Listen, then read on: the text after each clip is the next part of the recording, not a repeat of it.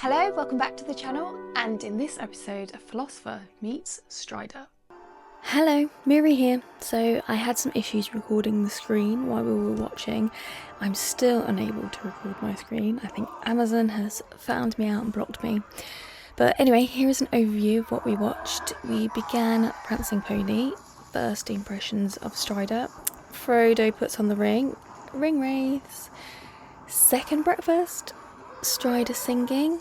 Weathertop fighting the Nazgul. Frodo getting stabbed by the Morgul blade. So we see the inside of the Prancing Pony and the life and the culture of the people there. And what are your observations? Well, it's not like the Shire, No. but nor is it like the darkest reaches that we anticipate to represent the world of Sauron and so on, and the kind of underworld or otherworld or death world. And the lighting is interesting in that scene in the pub because it's dark, Yeah. but it's candlelit. So it's an intermediate level of lighting, which I think reflects this status. Yeah. It's a bit scary because it's other, but it's more scary because it's unfamiliar than because it contains evil elements. And in a sense, we're getting, we get to see the hobbits themselves as the non-normal people. Yeah. They're the outliers. They are the little people, actually. And we see those effects of scale, when they go and order their drinks from the bar. Yeah. And it made me think that, in a way, they are like creatures in a doll's house or miniatures to everybody else. So there's a sort of diorama effect that they become almost like a film within the film to the other quote-unquote normal people. They have that miniature element of being moved around within a scene, so they operate in a magical space in the eyes of other people, insofar as they're miniature and can be seen as storyish as a result, which I find quite interesting. And the contrast in scale is really what bears that out, that they're almost doll-like or miniature in some way. But yeah, the Prancing Pony in a way is supposed, I think, to give us a reference point for what somewhat normal everyday life among common people might be like, not in the Shire, not in a court, not among the powerful, not among the satanic forces. It kind of reminds me of the jazz bar in Star Wars. Yeah, it made me think of that as well, Yeah. although the characters aren't quite as extreme. Yeah. And there's not quite as much comedy in it, but there's a little bit of that. And certainly they are outsiders in that scene, but welcomed in. The ordering of the beer is interesting because obviously they're literally half pint people. They're ordering pints which are much bigger than they are, essentially, which speaks to their relative naivety, and they're not practiced in being in the world beyond, and they're a little bit like children, actually, going out into the adult world. So we get their innocence underscored, I think, in that scene. And then we have three layers of contrast with their innocence. They're innocent, the hobbits. Above them, less innocent, we have the people of the tavern, who are a bit more knowing because they're a bit older, a bit more experienced, a bit more wily, a bit more worn down by life's cares. That's the next level up. Then we have the figure of Strider, who's first seen as a hooded figure, and we don't know at this point what he's going to imply as a character. Could be good or bad, and in fact suggests something a bit more ominous than friendly to begin with. So he's the next level up, and at the very top we have the ring itself as the ultimate form of knowledge, which then Frodo ends up slipping on in a moment of being under threat. Yeah, and what was your first impressions of Strider? Well, we don't see his face. Yeah. We see the hooded character hunched over. It reminded me a little of the hermit figure in the Rider-Waite tarot deck. But then when he appears, although he's bearded, he's evidently younger than Gandalf, for example. So he's almost presented as a younger version of a Gandalf in some way because of that, because he's got a similar sort of garb, though no pointy hat. And the beard suggests a kind of wisdom to him. But he comes across as slightly younger than we might have anticipated from the hood. Yeah. And friendlier than we might have anticipated Yeah. from the hood, because he's sitting in the corner observing, and we wonder if he's going to be friend or foe. But then he becomes quite quickly engaged with the hobbits and acts as a guide or friend, almost in an avuncular fashion, to which the hobbits, I think perhaps a little naively, also respond. They sort of take him at his word, more or less. The name Strider is interesting because it suggests action and movement and the ability to cross distances. Yeah. There's a connection there, I guess, with the ring, because the ring, among other things, is a power of translation in the old sense of the word, being moved from one place to another, translocation. And this clip that we've seen is all about really movement between different locations, I suppose. Yeah, so he's presented as wise, but in a friendly and less cryptic way than perhaps the somewhat gnomic presence of both Gandalf and Saruman sort of extend towards us. So he's an accessible version of the wise. Yeah. He showcases quite a lot of different sides of his personality just in his kind of introduction. We see that he's a fighter. We see that he likes poetry and singing. Yeah. We see that he's a traveller. Yes, and when we see him travelling and singing, he comes across more as a troubadour figure, almost. Something slightly romantic about him.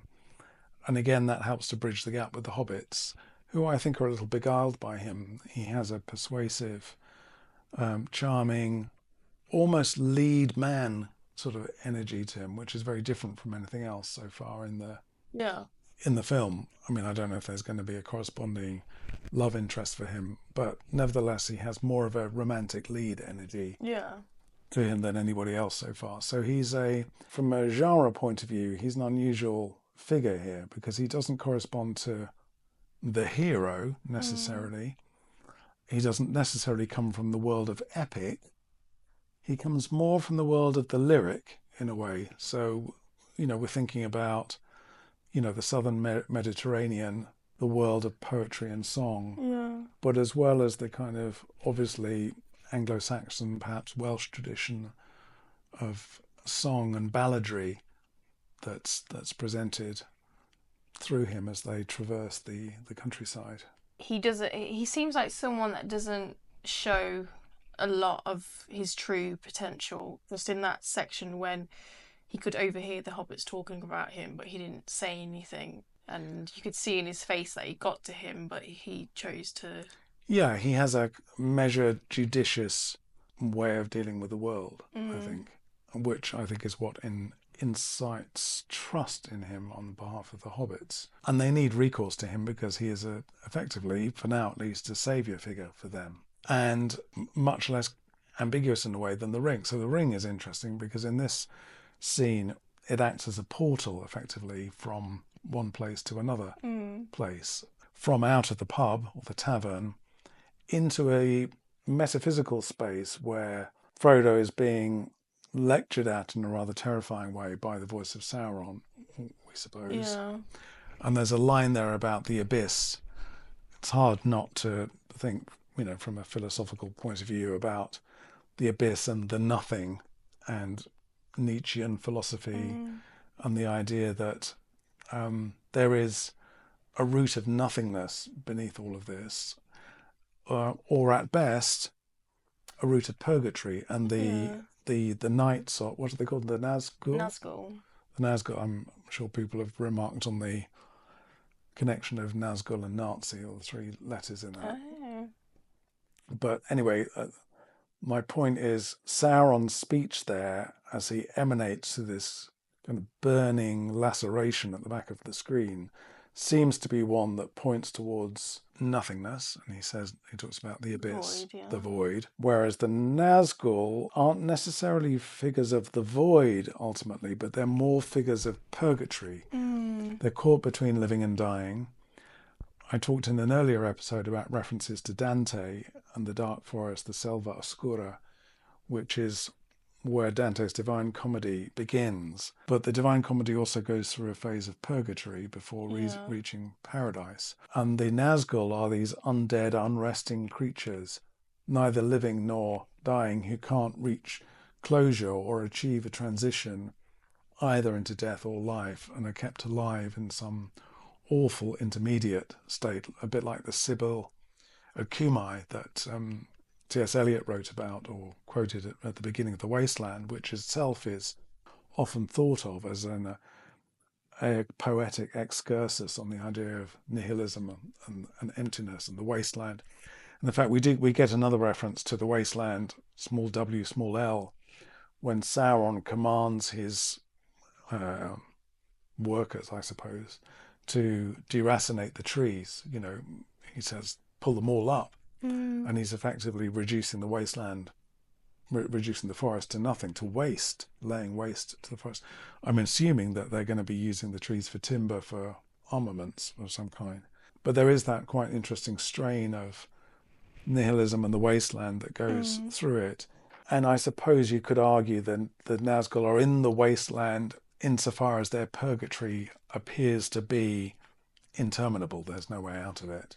And even capturing the ring, which is this alluring prize for them, seems not to solve anything for them. It keeps them attached, but as in some myth of Tantalus or Sisyphus or something like that, it never reaches a final point of absolution or closure or release or relief for them. Yeah, I find the Nazgul really interesting and their story really haunting. The image that we get of them underneath the cloaks is quite terrifying. It is, but when we hear about their story, for all the terror that they project, I couldn't help feeling a perhaps inappropriate modicum of sympathy for them as well. I'm not sure if that's intended or not, but it certainly serves to complicate them a little bit, because they are actually powerless in all their physical power and their hunting intent. They're not really in control of anything. They are still being controlled by desires that they can't master. This is a very tenuous link, and it's not in the film at all. But since we're looking at this through the eyes of philosophy, there's a famous image which David Hume, the Scottish philosopher, talks about human emotion being like horses and reason being like riders. And the emotion is always stronger than the reason. Basically, a horse is always stronger than their riders. And it made me think a little bit of that. I mean, of course, I don't think for a moment that was in Tolkien's mind, and I'm not trying to say that's what it's all about. But it did remind me of that, because the Nazgul were sort of enslaved in a way to feelings that they couldn't master. And the horses almost seem to be, they seem to be at least as powerful as the Nazgul themselves. Yeah, they're not seen without their horses. And they're not seen without their horses.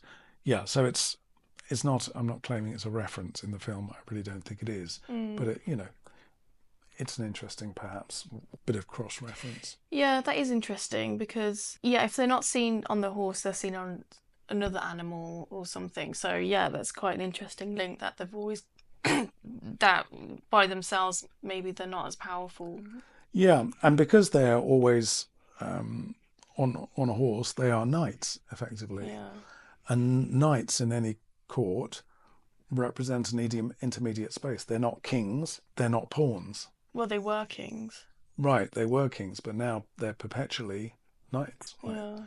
So, and the knight isn't the most powerful entity in the court, and is forced to ride. So they're always in motion and unresting in some way. So there were 2 moments that Frodo put the ring on in a short amount of time. Yeah, it was a short amount of time. I was a little surprised by that, because it seems such a climactic thing to do. Yeah. And for it to happen relatively early on in the film, a couple of times, seems like, the film is using up its weaponry of dramatic moments in a quite profligate way. But in both cases, it has this effect of removing him from the scene, but removing him in a way that saves him only up to a certain point. It also, there's a bit of out of the frying pan into the fire about the ring there, isn't there?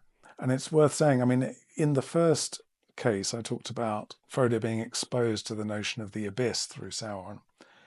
In the second case, there isn't the same experience. It's slightly different. But what interested me was as they were riding with Strider towards Strider's, whatever it is, hilltop fort or hideaway. Yeah, it's like a ruin, basically. Yeah, the ruin. The landscape around it, and particularly the ruin, to me was very evocative of the kind of famous romantic, capital R, landscapes of Caspar David Friedrich, who painted these heroic, now considered sublime landscapes, which would invoke both beauty and terror. Those paintings in particular, which I think are maybe even intentionally referenced in the scenography there, were then subsequently recruited into ideas of nihilism, Nietzschean heroism, staring into the abyss, but triumphing over it through acts of will. So to me, it was interesting that that kind of a landscape was so brought to mind, as if we're now dealing with this moment of the sublime in the film. Now, the sublime, I should say, from a philosophical point of view, isn't to do with the sublime as we understand it today in ordinary English. If we say something sublime, a sublime piece of music or even a sublime meal, it's just purely delicious. But sublime in that romantic tradition really combines two almost contradictory phenomena. One is the beautiful and the other is the terrifying. The two come together, beauty and terror. Yeah. And the landscape, I think, evokes that. But also I wondered if the ring itself has something of that property to it. It's kind of both beautiful, or at least beguiling, and terrible at the same time. It does seem to yoke together, and maybe the form of the ring itself suggests that, these contradictory affects. We see the hobbits kind of make a rookie mistake of lighting a fire when they were told not to light a fire, and that attracts the Nazgul. Strider saves the day, but Frodo is wounded quite badly. Well, he's wounded quite badly, and to such an extent that Strider says his medicine can't save him. And he takes the sword away, and I think I saw the sword kind of dissolve. Yeah. The shaft of the sword dissolve in his hand. Yeah. As if, like a bee sting almost, it had to die having been used. There was a kind of use once only magical property to it. But then we have through that, I think, the introduction of the elves and the idea of the Elvish. By the way, the notion of the Elvish as a language was referenced earlier by Strider, and it made me think Elvish, the ISH suffix there, suggests that it's a kind of low language or a folk language, that it's not an official language like French or English or something like that. We get, I think, the first idea that we're going to be drawn into a world of, what should we describe it as? Folkish, cultish, ancient, pre-official, non-official language and practice. Something anthropologically interesting, which maybe predates the more institutional structures which Sauron and Samaran, perhaps to a degree, are a bit more interested in, because they seem to be kind of power merchants in a way. So yeah, we have that adumbration of the idea of the Elvish as practicing language, songs, medicine in a vernacular tradition, in a non-official tradition, but that actually might be the way out if we could but re-find the practices ancient, landscape-oriented, deeper, roots-based oriented practices of song and medicine and language. Then we could find a more healing way through this world that we find ourselves in. Yeah, it's like it's unofficial but official. It's the official unofficial. Yeah, the language. From what I know of Elvish, there's lots of different types of Elvish. So there's they speak different dialects. Yeah, and I think the notion of dialect is interesting. And when I heard the word Elvish, it made me think of dialects, Frankish or Yiddish for that matter, or Occitan.